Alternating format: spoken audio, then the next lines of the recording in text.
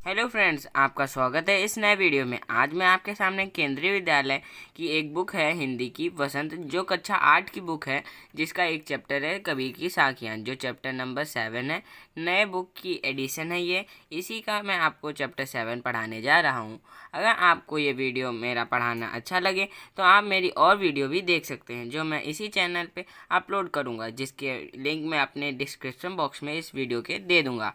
अब चलिए हम इस साखियों को पढ़ते हैं और इसका अर्थ जानते हैं। जाति न पूछो साध की, पूछ लीजिए ज्ञान। मोल करो तलवार का, पड़ा रहन दो म्यान। इसमें जो है कबीर जी कह रहे हैं कि जो सज्जन व्यक्ति होते हैं वो कभी भी किसी की जाति पूछ के उनके साथ बात नहीं करते हैं, जबकि उनका ज्ञान पूछ के उनके साथ बात या काम करते हैं। जैसे अगली लाइन में हमें एग्जाम्पल दिया है, उदाहरण दिया है कबीर जी ने, कि इसमें जो तलवार होती है, हम लोगों के पास जो तलवार होती है, मतलब औरों के पास होती है, अपने पास होती है, वो तलवार की हम लोग क्या देखते हैं, धार और मजबूती देखते हैं। इसीलिए कह रहे हैं मोल करो तलवार का, मतलब तलवार जो होती है उसका मोल किया जाता है, जो म्यान होती है उसका नहीं। अगर आपको पता नहीं है कि म्यान का क्या अर्थ होता है तो मैं आपको बता दूं कि म्यान का जो अर्थ होता है, जो तलवार हम लोग जिसमें रखते हैं, जो बाहर से हम लोगों का कवर टाइप का होता है, उसी को म्यान कहा जाता है।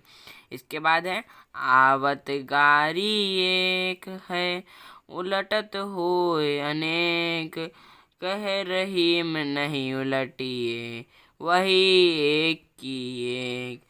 इस वक्ती साखी में जो कबीर जी हैं वो हमें बताना चाह रहे हैं कि जो आवत गारी एक है, मतलब आती हुई जो बुरी बात या गाली है वो एक ही होती है, लेकिन उलट होई अनेक।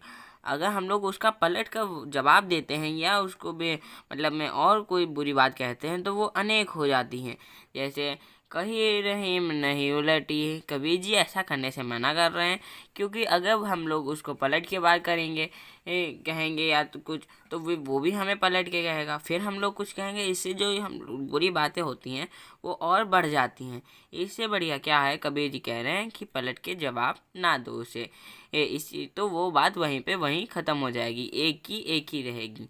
फिर है अगला, माला तो कर में फिरे, जीव फिरे मुख माही।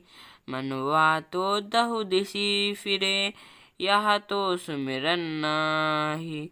ये इस शक्ति साखी का अर्थ है, जो माला होती है वो तो हाथ ही में फिरती है, और जो जीभ होती है वो पूरे मुख में फिरती है। जो मानव होता है वो दसों दिशा फिरता है। तो यह तो सिमरन नहीं, यानी ये तो भगवान नहीं है, क्योंकि जो मानव होता है वो दसों दिशा फिरता है, दसों प्रकार के लोगों से बातें करता है, बुरी बातें करता है, तो फिर ऐसे तो भगवान नहीं हो सकता। जैसे कुछ लोग होते हैं कि राम राम जपते हैं, और अगर कहीं पे उनको नोट पड़ा मिल गया या रुपए पड़े मिल गया तो उठा के रख लेते हैं, ये तक नहीं पूछते कि किसका है। अगर उनको पता भी होते हैं किसके, तब भी तो वो लोग किसी को देते नहीं हैं। इस पे एक कहावत भी है, राम नाम जपना पराया माल अपना।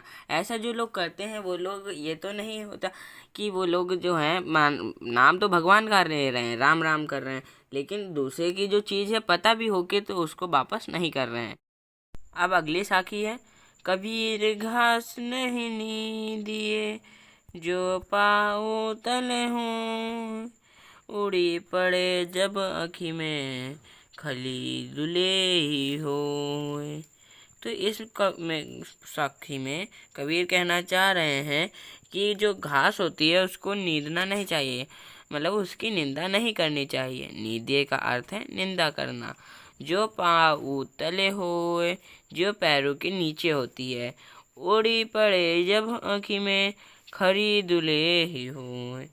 ये जब वो उड़कर आँखों में पड़ जाती है तो जो हम लोगों को कष्ट होता है वो पीड़ादायक होता है, उससे काफ़ी दर्द होता है। जब कोई सूखा हुआ घास का तिनका या कोई अन्य चीज़ हमारी आंखों में जाके पड़ जाता है तो हम लोगों को काफ़ी दर्द होता है। इसीलिए कभी कह रहे हैं जो पैरों के तले घास होती है उसकी निंदा नहीं करनी चाहिए।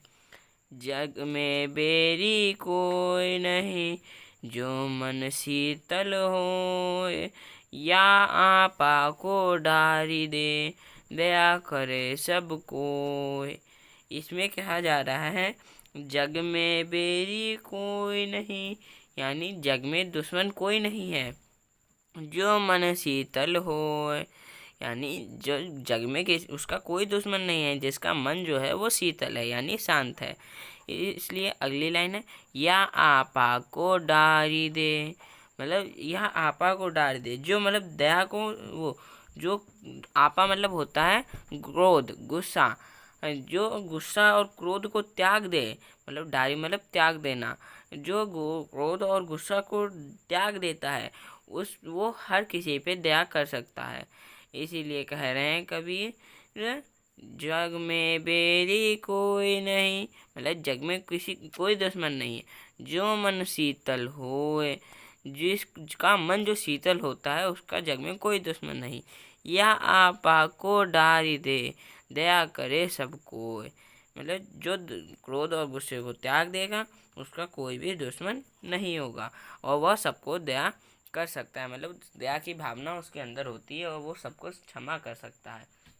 Thank you guys. अगर आपको मेरा पढ़ाना अच्छा लगा हो तो फिर आप मेरे और वीडियो देख सकते हैं, और इस साल मैं 8th क्लास की सारी बुकों का वीडियो लेके आऊँगा आपके सामने, जिससे आपको पढ़ाई करने में कोई दिक्कत ना हो। इसलिए थैंक यू।